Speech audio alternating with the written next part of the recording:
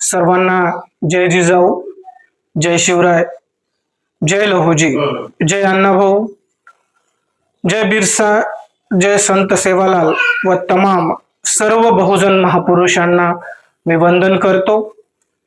मित्र हो, RJ talk show मध्ये तुम्हा सर्वांचं मी पुन्हा एकदा स्वागत करतो.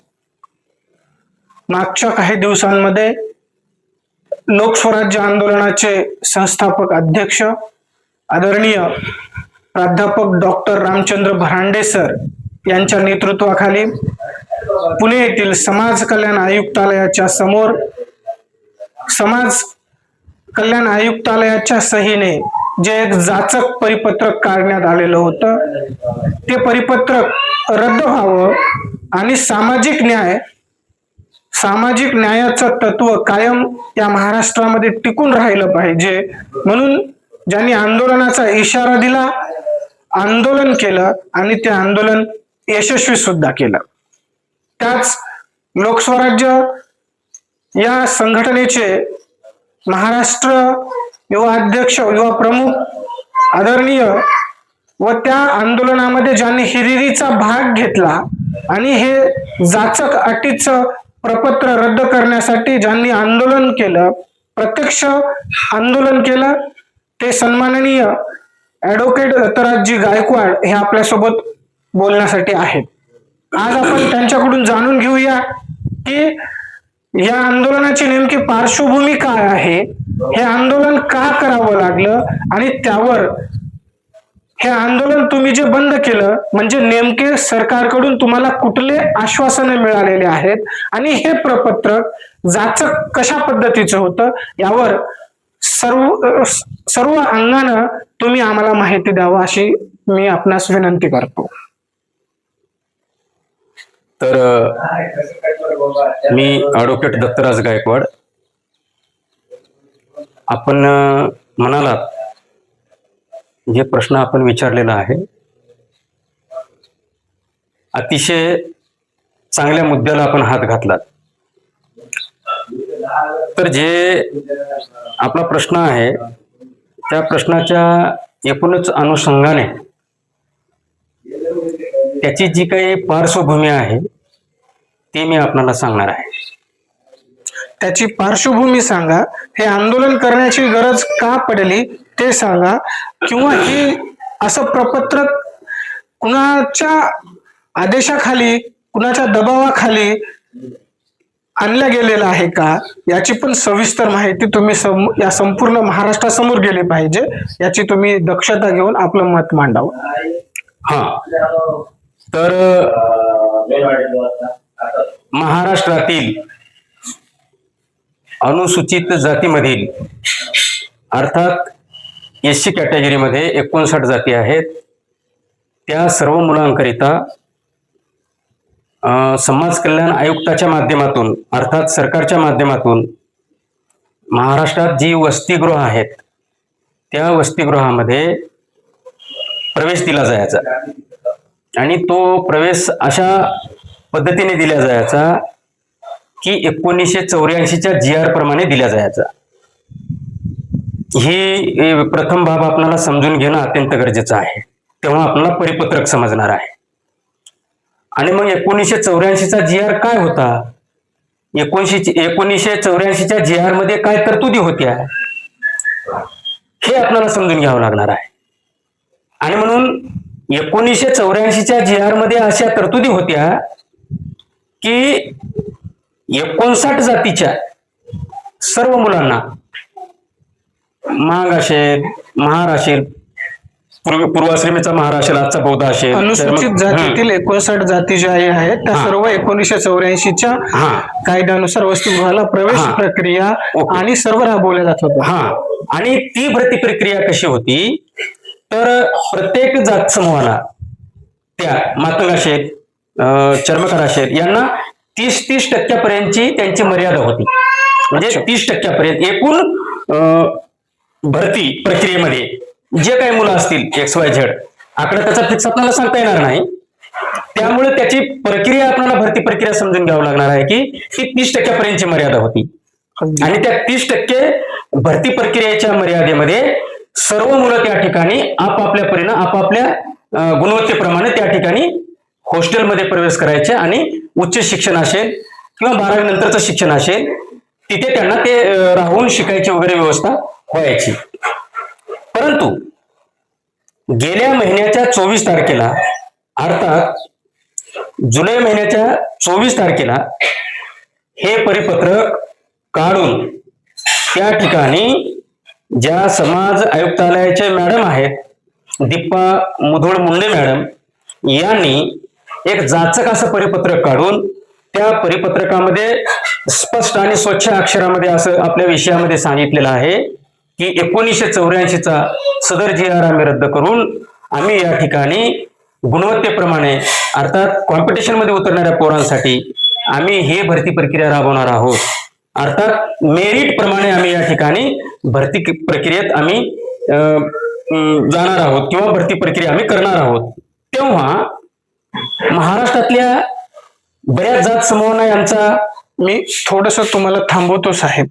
प्रेक्षकांना आपल्या समजलं पाहिजे यासाठी मी 2 मुद्द्यावर ठळक लक्ष वेधू इच्छितो की 1984चा जो काय म्हणजे प्रपत्र किंवा नियम होते जो कायदा झालेला होता त्याची मुख्य बाजू ही आहे की कुठल्याही जातीचं प्रतिनिधित्व 30% जास्त नाही असं तुम्ही सांगता बरोबर. हे आपल्या महाराष्ट्रातील सर्व प्रेक्षकांना कळायला पाहिजे की सर्वात महत्वाची जी अट आहे ती ही की कुठल्याही जातीचं प्राबल्य वाढणार नाही आणि ते समानता टिकून राहिली पाहिजे. म्हणून 1984चा जो कायदा आहे प्रवेशाचा त्याची सर्वात महत्वाचा निकष हा आहे की विद्यार्थ्यांच्या प्रवेश प्रक्रियेमध्ये एका जातीचं प्रतिनिधित्व फक्त 30% होऊ शकतं. अगदी बरोबर तुम्ही बोलू शकता. हा आणि मग तसं असताना देखील जाणीवपूर्वक या ठिकाणी 1984चा GR मोडीत काढून परिपत्रक काढलं गेलं आणि एखाद्या अधिकाऱ्याने काढलेलं परिपत्रक म्हणजे हा शासनाचा GR नसतो हे आम्हाला समजून घ्यावं लागणार आहे. आणि हे गोष्ट डॉक्टर रामचंद्र भरांडे साहेब लोकस्वराज्य आंदोलनाचे संस्थापक अध्यक्ष आहेत यांच्या लक्षात आली आणि त्यांच्या पातळीवर त्यांनी विचार करून हे आंदोलन करण्याचा निर्णय घेतला. आणि आमचं म्हणणं असं होतं की हे परिपत्रक रद्द करा. आणि ह्या परिपत्रकाचा परिणाम काय झाला तर नक्कीच एक उदाहरण मी तुम्हाला सांगेन. पुण्यामधील येरवडा या ठिकाणी सामाजिक न्याय विभागाअंतर्गत एक वसतिगृह चालतं. त्या वसतिगृहाच्या अनुषंगाने संपूर्ण महाराष्ट्राचा आपण विचार करू शकतो त्याच अंगाने. तर तिथे दुसरी एक गोष्ट की हे प्रपत्र फक्त एका वसतिगृहापुरतं नव्हतं तर ते संपूर्ण महाराष्ट्रातील समाज कल्याण विभागाच्या अंतर्गत येणाऱ्या सगळ्या वसतिगृहासाठी होतं. बरोबर बोला सर. आणि म्हणून त्या परिपत्रकानुसार जेव्हा तिथे 27 मुलांची भरती केल्या गेली आता 100% अनुषंगाने त्यामध्ये आपल्या क्वालिटी प्रमाणे त्या ठिकाणी भरती झाली मेरिट प्रमाणे भरती झाली. तर एका जात समूहाची मुलं तिथं 23 मुलं घेतल्या गेली भरती प्रक्रियेमध्ये आणि 2 तत्सम चर्मकार आणि 2 मातंग असे 4 आणि 23 याची बेरीज केली तर 27 होते. आणि मग यामुळे काय होत होतं की बाकीच्या मुलाची संधी नाकारणारं पत्र होतं. आता जेव्हा जो समाज जागृत आहे जो समाज पुढारलेला आहे त्यांना जर न्याय पाहिजे असेल तर त्या परिपत्रकानुसार तो योग्य होता. परंतु 1984च्या परिपत्रकामध्ये काय म्हणतं की 59 जातीला सामाजिक न्यायाचा वाटा मिळाला पाहिजे असं होतं. त्या अनुषंगाने आमचं म्हणणं असं होतं की बाबा 1984चा GR हा कायम ठेवा आणि हे जाचक जे परिपत्रक आहे हे परिपत्रक तुम्ही रद्द करा. कारण या परिपत्रकाच्या अनुषंगाने 58 जातीच्या मुलावर अन्याय होतो. थांबवत मला हे जाणून घ्यायचे साहेब की मग नेमकी आता तुम्ही त्या आंदोलनाला तुम्ही स्वतः आंदोलन करते होतात तिथं मग तुमची समाज कल्याण आयुक्त मॅडमशी नेमकी चर्चा काय झाली कुठले जाचक नियम थांबवण्यात आले आणि आता मग या वसतिगृहाच्या प्रवेश प्रक्रियेमध्ये कुठले निकष लावून वसतिगृहामध्ये प्रवेश स्वीकारले जाणार आहेत की आंदोलन का झालं त्याची मुख्य मागणी काय होती रद्द काय झालं आणि इथून पुढे काय चालू असणार याच्यावर थोडस मार्गदर्शन करा. तर आम्ही 10 तारखेला त्या ठिकाणी बसलो. अर्धनग्न मोर्चा महाआंदोलन त्या ठिकाणी आम्ही सामाजिक न्यायालयाच्या कार्यालयाच्या समोर अर्थात पुणे येथे आम्ही जेव्हा 10 तारखेला त्या ठिकाणी बसलो, तेव्हा आम्ही बसलो यांची चाहूल कार्यालयाच्या माध्यमातून म्हणा इतर प्रशासनामध्ये सगळीकडे गेली, पोहोचली आणि आम्ही निवेदन परत मुंडे मॅडम यांना देऊन आम्ही बसलो.